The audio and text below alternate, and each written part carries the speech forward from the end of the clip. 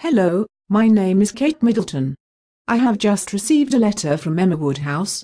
She is very a pretty and clever girl, but she is too focused on social class and money. You see, we had met once, but Emma thought I was not fit to be her friend because I did not have a high social standing. It was not until William and I became close that Emma and I became acquainted. The letter must be amusing if it contains Emma's usual delusions with love, so I thought I might share it with you. It reads, "My dearest Catherine, I was recently told you are to marry Prince William. Oh, congratulations. I wish you the happiest marriage. I must say that I was the one who brought you two together. I knew it was a match from the moment I saw you both. He is so agreeable and handsome. I am regretful that I will not be present at the wedding. It is funny, but I do not recall inviting her.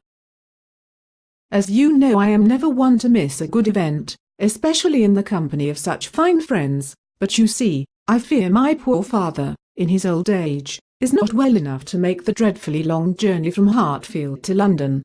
I am sure that after the wedding, you and your husband will visit us. I suppose we will have to visit. Perhaps you could even help me with a particular project I have taken up. After Miss Taylor's marriage a few weeks ago, I have been awfully lonely. Oh, I almost forgot Miss Taylor got married. I always enjoyed her company, but I had not heard from her for a very long time. Miss Taylor, or as she is known now, Mrs. Weston, has come by a few times with Mr. Weston. They are both so congenial with such a pleasant disposition. I know you and Miss Taylor have been good friends. You must have been so happy for her marriage. Oh, Miss Taylor, she is an excellent woman. A splendid match I did make there. Emma always must play matchmaker. She has no business in people's love affairs. As a close friend of Mrs. Weston's, you know her friendship can never be replaced, yet, with much difficulty, I have managed to find a new companion, Miss Harriet Smith. Perhaps you have heard of her? I have not actually. Emma believes that everyone should know her friends. She is of no known family, although I am certain she was well brought up. She is very shy and sometimes a bit dull, I must admit, but I plan to assist her in becoming a clever and amiable girl. I even have a match in mind for her, Mr. Elton. Poor Mr. Elton. If I am correct, he was in love with Emma when I spoke to him last. I refuse to interfere in these troubles. I am sure you would approve. Mr. Elton is a very handsome and kind man. There can be no better for my dear Harriet. However, I am worried that she will fall into the wrong hands. Just the other day she received a letter from Mr. Martin. I am sure you do not know the man. He is a common farmer and it was a marriage proposal. As usual, Emma has misconstrued the situation, but what do you expect from a girl who has only lived 17 years? I know Mr. Martin. He is a fine man and deserves much better than someone as ungrateful as this Harriet Smith. He is nowhere near her equal in any way. I cannot imagine why he even thought himself a proper match for her. Still, Mr. Knightley seems to disagree. Mr. Knightley's opinions differ from mine on many subjects, so I refuse to think of his advice as anything but well-meaning yet misguided. Emma would be astonished to learn of how wise a man like Mr. Knightley can be in the subject of love. If you decide to visit dear old Hartfield any time soon, I will introduce you to Harriet, and you will, undoubtedly, agree with me that she is the handsomest young lady. Just another reason to avoid Hartfield altogether. Mr. Knightley, as many other men, does not know how to judge people rightly. As I am sure you have many vital things to plan before your wedding, I will take no more of your time. At least she was right for once. I hope you and your soon-to-be husband are well. Please do not hesitate to write or visit soon. I plan to write a letter right back to her informing her of her humorous misinterpretation. Sincerely, Emma Woodhouse. Oh, how funny Emma is. She must create so many problems around her. Oh, the next letter is from my dear friend Marianne Dashwood. Although she is as focused on social class as Emma, we're distant family, so we get along. Such a sweet girl. Let us hear what she had to say. Dear Miss Catherine Middleton, I am so enthralled to hear about your engagement. Marriage. What a thought! It can make you so joyful one minute and so vexed the next. You must have already heard, for it is all over London, Bath and most likely any other town nearby, that Mr. Willoughby, who I felt so attached to, has forgotten about me. My poor Marianne. Yes, I know it is shocking, but it is regrettably correct. Of course, you must have also heard the rendition of my heartbreaking tale from your cousin, Sir John Middleton, who has been so kind to my family. My cousin is such a lovely man. However, I must tell the accurate account myself.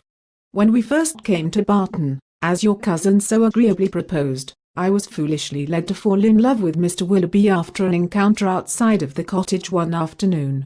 Following his departure to London, an opportunity arose to go to London with Mrs. Jennings. You must remember Mrs. Jennings from your last visit to Barton. She is a very delightful lady. Why, yes, I do remember Mrs. Jennings, quite delightful. And I left to see Willoughby. Once we had arrived, he did not come to see me for a few days. Soon, against my wishes, we went to a party with Elina and Lady Middleton, and Mr. Willoughby happened to attend. Catherine, you can imagine my astonishment upon seeing him. Yet those emotions transformed into grief when during the party he barely glanced in my direction and spoke only to another young lady. Can you imagine? After weeks of believing I had fallen in love with a man, all my hopes were crushed in one night. So, I went straight up to Willoughby and asked him about all the letters I had sent. His reply, cold and rude, I shall not tell you the exact words, has kept me sitting in my room crying ever since. I have written a few letters to my mother. I know she will be nearly as heartbroken as I am when she hears. Elina has been the most caring sister. She never did like Willoughby, even in Barton she never approved of him. She has so much sense. I know I should have listened to her advice. Look where her sense has gotten her. She has a man who loves her as much as she loves him. I am sure they will soon be married, much like you and Prince William. Please do not be concerned about me while planning your wedding. I did not mean to worry you. I would not want you to be bothered before this special evening. Apologetically, being in my current state of heart, I do not think I will be able to attend your wedding, but I will send you my good wishes with Elina, who I am sure will be present. Her emotional state is much stronger than mine. You must be in such high spirits. Tell me, dear Catherine, how do you know you love a man? Surely you of all people know best. Please write to me as soon as you have some spare time. I have not heard from you in such a long time. Sincerely, Marianne Dashwood. Oh, my poor Marianne. I must write back to her as soon as I possibly can. The last letter I received is from a dear friend of mine, Catherine Land. She is such a sweet young lady. I have always admired her athletic abilities. I cannot wait to read her letter. Dear Miss Middleton, I was just informed of your engagement to Prince William, so I immediately wrote you a letter of congratulations. Oh, how cheerful you must be. Such a joyful occasion, a wedding. I hope you do not mind if I interrupt your busy day to explain the excitement that has filled up my days in Bath. As you must already know, the Allens so thoughtfully invited me to accompany them to Bath, the most beautiful town. The first night we arrived, I attended a ball with the Allens. Mrs. Allen wore the most beautiful gown. Everyone knows her fashion sense is splendid. Although no one asked me to dance that night, I did hear two men say that I was pretty. How my spirits did rise after overhearing such a compliment. The next day I met the most agreeable young man by the name of Mr. Henry Tilney. He had asked me to dance when we went to the lower rooms, and the clergyman charmed me with his humour. I have never met a man as caring and good-natured in all my life. I could not help but to think of him all that night.